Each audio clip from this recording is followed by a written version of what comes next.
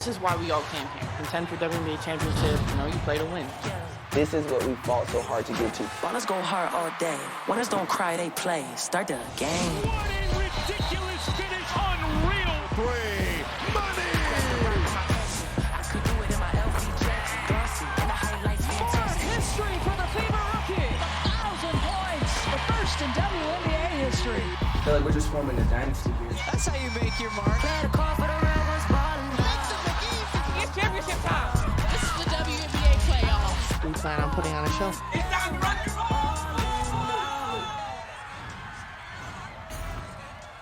This is the biggest season in WNBA history. I mean, any way you slice it, really. Viewership, attendance, statistics, which means these playoffs are about to go crazy. The bracket is set, and the games tip off Sunday on ESPN and ABC. So what better time to bring in the voice of the W on ESPN and ABC, our friend Ryan Ruocco. Thanks so much for taking some time out of your day, Ryan. Oh, you got it, Malika. I'm pumped this weekend. I know you are as well, so it's good to be here. I am stoked. And what do you say we start where you are with the Liberties? Stewie, Sabrina and company, they're the heavy favorites, right, over the 8th-seeded Dream, despite Atlanta actually knocking off New York last night to claim that final playoff spot. Ryan, Atlanta is tied, actually, for the lowest winning percentage of any team ever to make the W playoffs. Do they have any shot here of pulling off the upset? I mean, it's really hard to paint a picture where Atlanta can beat New York in this series. The Dream barely eked into the playoffs and were able to get in against, two teams that were incentivized to not make the playoffs in Washington and Chicago. So I think it's hard to construct a case. The one thing you would say is Ryan Howard last year in the playoffs had an unbelievable 36.83 performance. She's that dynamic. She's the kind of scorer who can at least make you sweat in a game. Tina Charles, one of the all-time great scorers as well. So there is some firepower there. They've been better defensively when Jordan Canada has been healthy, which she is now. But it's hard to construct an argument. I think for the Liberty, your concern would be Sabrina Ionescu and the way she's played since the Olympics, which more or less coincided with when she dealt with a neck injury. You look at her shooting percentages, they've dropped off significantly. And if you narrow it even more to her last 11 games, which were post-neck injury, you go to like 31% from the floor and the 25% from three holds. And she, at the beginning of the year, the way we saw that floater miss, but that part of her game, developing that, her pick and roll chemistry with Jonquel Jones, the way she was facilitating more, her quicker first step and her quicker movements laterally, her play was really my biggest pillar of confidence for the Liberty this season. So I just think for them, they need her to play like she did for the first, 80% of the season, 75% of the season, right? Because her being at her best is really key. They may get by Atlanta regardless, but for them to win a title, they need Sabrina to be the Sabrina we saw, which was an MVP candidate for the first 3 quarters of the season. Right, for them to really be able to capitalize on being the betting favorites to win it all. Someone who is hoping to have a little say about that, the Aces, they're going to start their quest for a three-peat in the 4-5 matchup with the Storm, right? So Las Vegas took 3 out of 4 games against Seattle in the regular season. It's the 3rd time these two teams have met in the playoffs, each one of the 2 occasions prior. By the way, the winner went on to win the WNBA title. So, Ryan, we know the historic numbers, right, that Asia put up this year, but I'm sure it's the historic three-peat now that she's after. So what are you looking to see from Vegas in this series?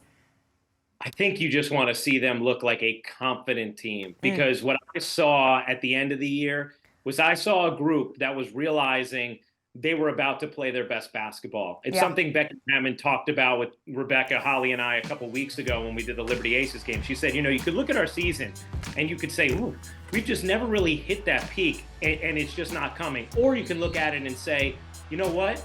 It's pretty exciting because I think it's about to come. And I think what we've seen over the last couple of weeks is that basketball is here. Now, they may not be as cleaned up defensively as we've seen in years past, but this is a group that has proven, obviously, they can win when it matters most. And one of their key ingredients is Chelsea Gray being at her best. She came off an injury and a re-injury at the beginning of the season, did not look anywhere near herself for much of this year. Over the last few weeks, she has looked much more like herself. Maybe not full bloom, but good enough to put the fear of God in opponents, especially when it comes clutch time. Saw her hit a huge shot against Connecticut a couple of weeks ago. Saw her have a big performance against Indiana. Chelsea Gray a couple years ago had maybe the greatest playoffs of any player in this league's history. If she is looking even 90% of herself, you can easily make an argument that Vegas is every bit the favorites that New York or Minnesota is.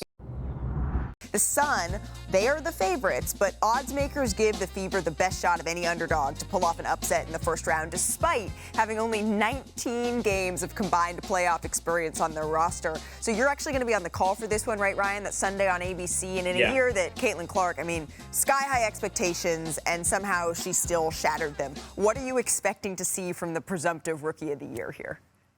I think we'll see her rise to the moment like she usually does. You know, I think one of the things that helps her is she has seen every kind of defense you could possibly see throughout the course of this season. A lot of times you go into a playoff series and you say, hey, this team's going to be able to be more lasered in. They're going to be matchup oriented. They're going to have time to prepare. And that's going to provide problems. And it's definitely going to provide challenges for Caitlin and for Indiana, because it is different than when you're in the sloth of the regular season and a team's playing 4 games in 6 days, whatever it might be. However, she so benefits, and her team benefits, from the fact that they got that defensive attention all season long. She knows how to handle it. And I think you're going to see something much different than what we saw when Caitlin started her career in Connecticut at the beginning of this regular season. Now, having said that, even though I think it's easy to say at this point she's already the best guard in the league, she and Indiana are going up against a Connecticut team that has unbelievable playoff experience and playoff success. And it's hard to not see some of those tight moments and think about the way Indiana snipes at the refs, looks a little flustered, can look a little inexperienced, and not think that in tight games that could be an area that Connecticut could take advantage of. They play every team tough in the playoffs. It doesn't matter who, whether it's Vegas, the Liberty, Connecticut always plays you tough. I think you have to give them a little edge in the series because of that and the experience, but I think Caitlin plays well, and so does Indiana. Well, and our very own Shanae Agumake has said on the show, when you're looking for maybe some dark horses to keep an eye on in this postseason, Connecticut is one, and the Minnesota Lynx are another. And it's fitting, Ryan, that this one could be last up, right, in what could potentially be the final playoff series for Diana Taurasi. The Mercury will face a tough task of taking on Nafisa Collier and the Lynx. Minnesota beat Phoenix 3 times this season, with all of those victories coming by double digits. So this Lynx team was a winning machine during the regular season, Ryan. Do you see them slowing down anytime soon? I don't. I mean, I don't. I think they look really good. They all can shoot. I mean, they have 5 players on the floor at every moment who can hit from 3. They have, 3 players who shoot in the mid-40s from 3. They share the basketball. They defend at a high level across the board. And they're coached by, maybe the greatest coach in this league's history in Cheryl Reeve. And Minnesota, they know championship basketball in that city. The atmosphere is electric. Phoenix also is kind of limping into these playoffs. So it's hard to craft an argument where you could say Minnesota drops this series. Minnesota, the Liberty are the favorite. They've had the best regular season. But the team that's been the best team in the WNBA over the last, month is the Minnesota Lynx. And that's why I think when you look at the way Asia Wilson's playing better than any player in league history, and Vegas and their championship experience, New York, how close they got last year in their regular season, and then Minnesota and how hot they've been for a long period of time now, and how good they've been when Nafisa Collier's been on the floor. I think you have 3 really strong championship contenders there in those 3 teams. Nafisa Collier was on our show just a couple of days ago, and she said, you know what, we feel good about that we're creeping up on some folks. Don't pay attention to us. Don't look at us too much. We are good just where we are. I do, though, want to hit the Mercury side of all of this, because last night's game, it was billed as if this is it for DT, if this is it, but we did see a tribute video. We saw a speech at center court following the game. So all of that makes you wonder if last night really was Diana's last regular season game. How would you describe her impact on the WNBA? I mean, she's incredible, Malik. She's truly incredible. And I think, one of the things our mutual friend Sue Bird always says, and Diana's best friend, is if you talk to a lot of today's generation of WNBA players, they will say Diana Taurasi was my favorite player, is my favorite player growing up. if you look at her game, the way she shoots off the dribble, the way she's won, this is a player that's 16-2 all time in winner-take-all games. That's such a ridiculous record. You know, you think about her college championships, you know, yes, her sophomore year, their team was loaded. Go back and look at the roster she won with junior and senior year. You know, she was an unbelievable force. I love the Gino Auriemma quote. Sometimes it's just about, we have Diana Taurasi and you don't.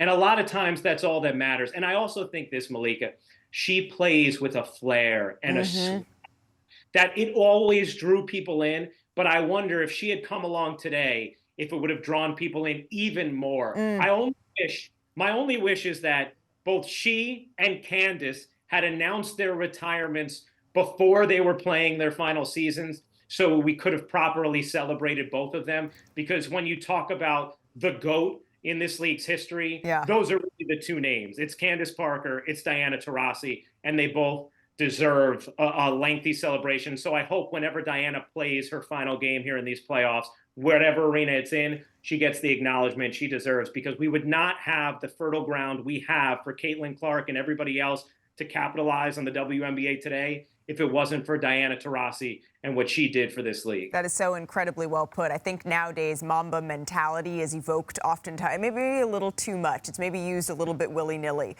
But Diana Taurasi certainly and wholly, as Ramona Shelburne said earlier, embodies that. She is an absolute killer on the court and one of the kindest and funniest people you will meet off of it. I'm so very thrilled for her wife, for her daughter, and her entire family, if this is it.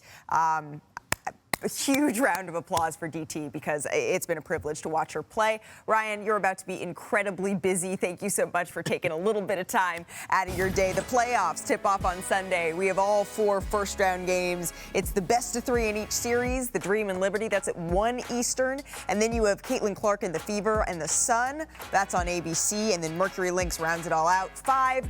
Wait, there's one more. Storm Aces, 10 Eastern on ESPN.